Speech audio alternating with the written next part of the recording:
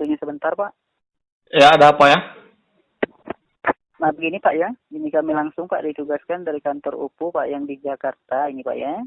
Ah, Ini betul tidak, Pak, nomor Bapak yang selaku terdaftarnya ini, Pak? ah, Yang terdaftar dari aplikasi UPU-nya. ya betul. Oh, betul ya. Nah, jadi, Ah, Pak, yang mana ini kami cek di data, nomor Bapak ini telah terpilih, Pak, terdapat penghargaan, Pak, diberikan oleh kantor UPU ini, Pak ya.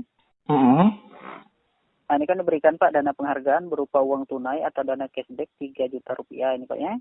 3 juta. Ya, betul. Hmm.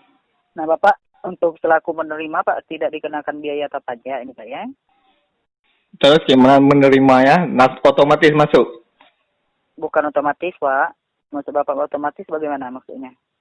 Langsung masuk cashbacknya, enggak? Halo, Pak? Ah, otomatis masuk di cashback, enggak? Maksudnya? Dananya yang dapat hadiah tuh? Maksudnya? Hah? Maksudnya?